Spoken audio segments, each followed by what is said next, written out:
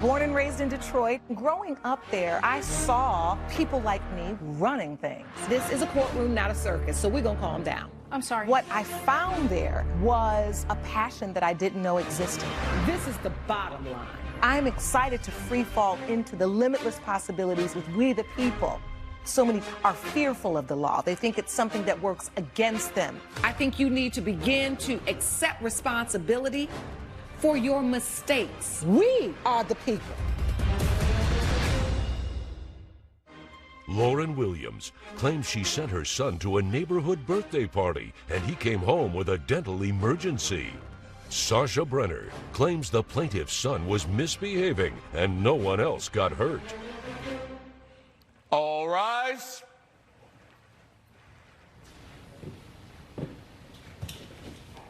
Court is now in session. The Honorable Judge Lauren Lake presiding. Please be seated. Thank you, Sean. Good day, everyone. Good morning. This is the case of Williams versus Brenner. Ms. Williams, you are suing Ms. Brenner for $1,850 for an emergency dental bill. You had to pay dental fees for your son's teeth. They were knocked out at a birthday party. Yes. All right, tell the court what happened.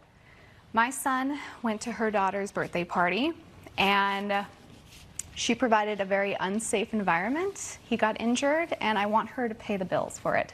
How old was she turning? 6. All right, so 6-year-old birthday party. How old is your son, Miss Williams? He is also 6. All right, 6 years old. How do they know one another? We live in the same neighborhood. All right, so you're neighbors. Mm-hmm. So you take your son to the party. What happens? My son went on his own to the party. Oh, because it's inside of a neighborhood. What did he do, ride his Yeah. bike? He just walked there. Oh, just walked. Oh, Yeah. Where was the party being held? Just the communal park area. In a neighborhood. Yeah. Your son just walks over to the birthday party. Yes. So how do you find out about his injuries? When he got home, his 2 teeth were knocked out. I guess he went down the slip and slide. Which teeth? Did you bring evidence? Yes, I do have Let me see that, please. a picture of his teeth. Thank you. There you are. So this is the picture of his teeth. Oh, okay, yeah. Yeah. Ew, that looks like it hurts. Yes. All right, so you come home and your son's teeth look like that. Mm-hmm. And what happens? You immediately go, what? I immediately took him to the dentist. They had to do root canals and put in dental implants. And so at some point, do you call Ms. Brenner and say, what happened? Yeah, oh yeah, yeah. So, Ms. Brenner, I want to come to you. You had the birthday party for your daughter. Yes, ma'am. Ms. Williams' son's teeth get knocked out. Unfortunately. Why didn't anybody call her to say, hey, your son had a little accident over here, something happened? Well, me and one of the moms actually walked Max back over to his house and made sure that we found Miss Williams and let her know, that he got injured. He walked in and was crying, and he told me everything that went down. And then I called her and talked to her about it. Okay, so take me to the party, Ms. Brenner. You're having the party. At what point in the party did this accident happen? This happened more towards the end of the party. I mean, we had been there having a great time. Her son was acting rambunctious, probably because she was not there. So we couldn't control him. So you didn't stay at the party? I didn't go to the party. At all? No. Okay. Ms. Williams didn't come. Her son was acting rambunctious. Did anybody have to calm him down? Yes, several of the parents tried, but he kept saying, you're not my mom, you're not my dad. And so, unfortunately, he had an accident in the slip and slide. He pushed a kid out of the way, and then he just went flying, so there was nothing we could do. We had asked him to be safe. So the party was a slip and slide party? Yes, yeah, and so I sent out an invitation, and I gave all the details, letting them know, what was going to happen. So where's the invitation? Did you bring it? Yes, I did. Let me see that, please. Thank you. So it's a slip and slide birthday bash for Sarah's 6th birthday. Parents are welcome to stay and play. So were there other parents there? Yes, Your Honor. Every other child had their parent present.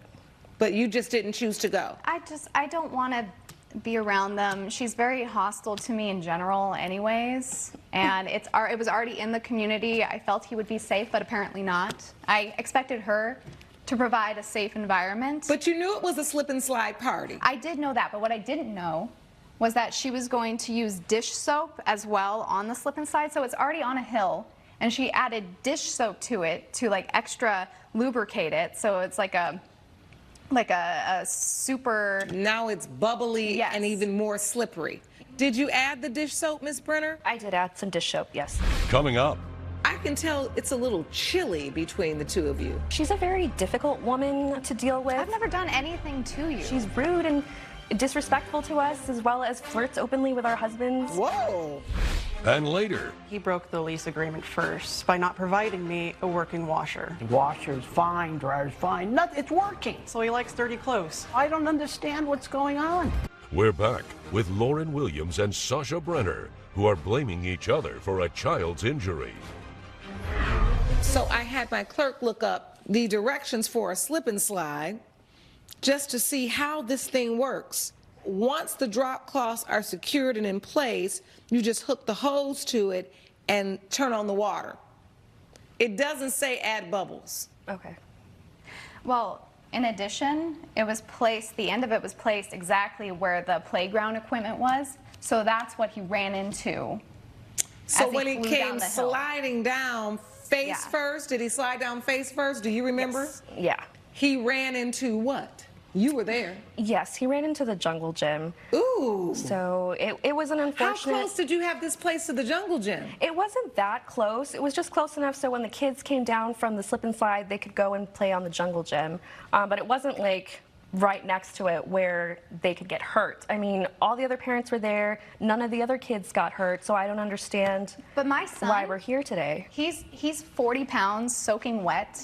He's small. He just zoomed down the slide and ran right into the equipment. Did it occur to you when he got injured, maybe I should not have used the dishwashing soap? I really believe it was because he was just being out of control and there was nothing we could do to calm him down. But when you invite 6-year-olds to a birthday party, isn't it reasonable to assume that there's going to be just a few of them? I know I remember from my son's birthdays. It's always a couple who come and act a fool. So tell me what happens from there. I immediately took him to get it taken care of and All looked right. at. All right, so the exam, root canal, and an implant. All right, totaling $1,850. So I'm gonna ask you, Ms. Brenner, you admit that you had the slip and slide, you add the dishwashing liquid. Why do you think you shouldn't be liable for these medical expenses? I think that she should have been responsible and have come and watched her own child. But I mean, your party invitation says parents are welcome to stay and play. It doesn't say parents are required to stay. absolutely, but I can't control every movement the child does. No, you cannot. And so you believe it was her son's behavior that contributed to his accident that he had because no other child had the same accident. Yes, Your Honor. Did you ever give her a call or send her a text and say, hey, you know, your little munchkin is down here wilding out. I think you might want to walk down here. Did you ever do that? No, I did not. So he obviously wasn't acting that bad. He did start pushing other kids out of the way to get into the slip and slide, so it was bound to happen, I guess. What was bound to happen? The kid causing himself an accident was bound to happen. I mean, just the way he was running around and pushing people out of the way. It's just a miracle that he didn't get hurt any worse than he did. So I can tell it's a little chilly between the two of you. What's your relationship like? You said you didn't even want to go to the party, Ms. Williams, because of No. the way they treated you. No, and especially her. She's always very hostile towards me. I just don't want to be around that group of women. Do you all like her, Ms. Brenner? Your Honor, she's a very difficult woman to deal with, so I've never done anything to you. Lauren, you know that you are the bully. You make fun of our children's haircuts and what they wear to school. She's rude and disrespectful to us, as well as flirts openly with our husbands. Oh, Whoa, please. these I've are some never strong flirted. allegations. How do you respond, Ms. Williams? That's ridiculous. I've never flirted with anyone. If I've maybe smiled, been And nice. you made fun of Lisa's kid's haircut. I mean, I think it's Well, really I disrespectful think and maybe rude she needs to talk about a child that way. I mean, they're 6 years old. However they want to wear their hair is I was just fine. commenting on it. Lord have mercy. Okay, order. I wish I had this gavel when I used to be in these mommy groups. You need a gavel in these mommy groups. I don't even want to hear you all bickering back and forth because it just takes me back to a time when I used to hear all that nonsense and I didn't want to hear it then. We have to be the adults in the scenario. You're not going to get along with every person. Every person is not going to be your cup of tea. It is a whole bunch of nonsense. Kids want to play and they want to have fun. To that end, you have to provide a reasonably safe party for those children to enjoy. Slip and slide, okay, that's a toy we all know about. However, you're adding dishwashing liquid, which the directions do not say. Well, a reasonable person in that circumstance should say, if I make it more slippery, that means something could potentially happen to a child who slips too far. In your own testimony, you said when a child is acting so rambunctious like that, an accident is bound to happen. When you invite people to a party, you are saying, I am going to do what's reasonably necessary to keep all of the children safe. And in this instance, you did not. And for that reason, my judgment is for the plaintiff for $1,850. Court is adjourned. All rise. Judge Lake has ruled in favor of the plaintiff. The defendant owes $1,850. There you go. Well, the moms are going to hear about this. Can you just tell me what your problem is with me? You flirted with my husband at the PTA I never meeting. even talked to Tim. You have his number. He showed me the text messages. Coming up. You develop a nose for these things. That old nose tells you when somebody's trying to do a number on you. And that's what I think is the situation. I just don't think she liked the building. She didn't like the people. In fact, when she moved in, we had a party for her, and she didn't show up. Network featuring dynamic judges and live legal programming. Well, we're not at your school, we're in my courtroom. Unique court shows. Where is any information about the company? Live legal news. That's what you should have done. And a commitment to justice. Either you tried or you did it. The next generation of court programming in one dynamic network. Justice Central. You're watching Justice Central. Stay tuned. You're watching Justice Central. You're watching We the People with Judge Lauren Lake. Brianna Poole claims her landlord refused to fix the washing machine, so she had no choice but to move. Aaron Moss says the plaintiff was looking for an excuse to break her lease and is countersuing for $2,050. Good day, everyone. Good day. This is the case of Poole versus Moss. Ms. Poole, you are suing Mr. Moss for $2,050, which is your unreturned security deposit. You say he owes you even after you broke your lease. And the defendant, you are countersuing Ms. Poole for $2,050 because you claim that she owes you a month's rent. Is that correct? Right, that's right. I want to start with the plaintiff. Tell the court what happened during this lease term. Multiple instances happened, but none were as worse as the washer machine. How long was the lease term? The lease term itself was 1 year long. All right. But I was there for 4 months. Okay. While I had that lease, I would have also a working washer and a dryer. My washer just didn't work anymore, and he refused to replace it. So I wanted to leave. All right, tell me why you say it didn't work at all. I mean, you couldn't wash? The motor itself, it went off. I tried calling a repairman, and he told me that the motor was broken. So you called a repair person out? I did call a repair And they person out. diagnosed the issue? Yes. Do you have any evidence? I do, Your Honor. And so, Mr. Moss, were you made aware by Ms. Poole that the washer was not working properly in her unit? Oh, she came to me, Your Honor, and she was very upset. She said, if you don't fix this, I'm going to move out. Coming up. Article 33 notices on the lease agreement. I could come after her for 8 more months of rent on her lease. We're back with Brianna Poole and her former landlord, Aaron Moss, who are arguing over a security deposit and unpaid rent.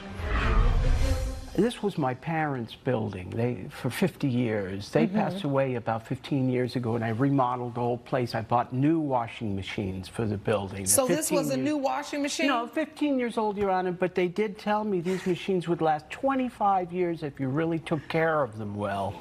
I could come after her for 8 more months of rent on her lease because according to this Article 33 of notices on the lease agreement, she'd have to have this in writing sent to me. Okay, let me see that evidence. You better go ahead and get your little evidence, Article 33. Let me see. So you've got the lease agreement. I see in the lease agreement that notice should be given. I've also reviewed, Ms. Poole, the evidence that you say the repair company came out and gave you where it says that the machine is 15 years old. Mr. Moss just confirmed that in his testimony. And what this repair company says is that the cycle doesn't spin fully because the machine does not agitate like it once did when it was new. The recommendation was to replace the motor, but the part is no longer in production. Did you receive a copy of this repair statement, Mr. Moss? You know, I did, but I don't really. These people that come, they'll tell you this because they get you to buy a new machine, they get a kickback from the company. I've been a landlord for a long time. You develop a nose for these things. And sometimes that old nose tells you when somebody's trying to do a number on you. And that's what I think is the situation. I just don't think she liked the building. She didn't like the people. In fact, when she moved in, we had a party for her, and she didn't show up. Judge Lake's verdict when We the People returns. You didn't show up to the welcome party, Ms. Poole? I don't need to show up to anything like that, Your Honor. I work hard every day. I am a night shift nurse. All I do is work. All I do is see people 24/7. Why do I want to come home and have cookie cake and party with other people? I want to go home and I want to sleep. And wash your clothes? And wash my clothes. Nothing's wrong. The washer's fine, dryer's fine. It's working. So he likes dirty clothes. I don't understand what's going on. I understand exactly what's going on. This 15-year-old washer that we're dealing with needs a new motor. And that's it. Do you have another motor? Or could you just replace it with a reasonably cost new washer? That's what you could have done. And most importantly, you could have kept a great tenant. Right. I don't think you moved well through your business process, Mr. Moss. Yes, ma'am. It's been determined by this court, judgment for the plaintiff for $2,050. Defendant, your claim has been dismissed. Court is adjourned. All rise. Judge Lake has ruled in favor of the plaintiff.